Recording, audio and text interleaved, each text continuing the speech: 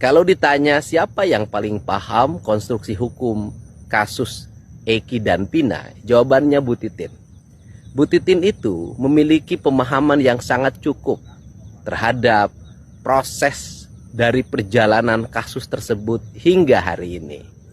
Yang menjadi problem adalah Bu Titin tidak memiliki kemampuan kekuasaan yang cukup, tidak memiliki jaringan yang memadai pada waktu itu, tidak memiliki jaringan informasi yang cukup untuk mendorong kasus itu menjadi kasus yang terbuka.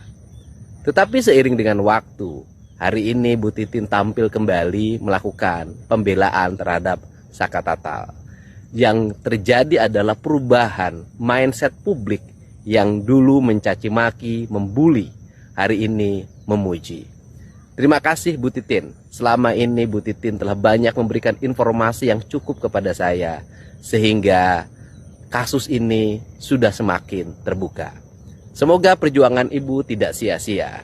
Mereka yang tidak bersalah mesti dibebaskan, dan mereka yang bersalah mesti mendapat hukuman. Download Tribun X sekarang, menghadirkan lokal menjadi Indonesia.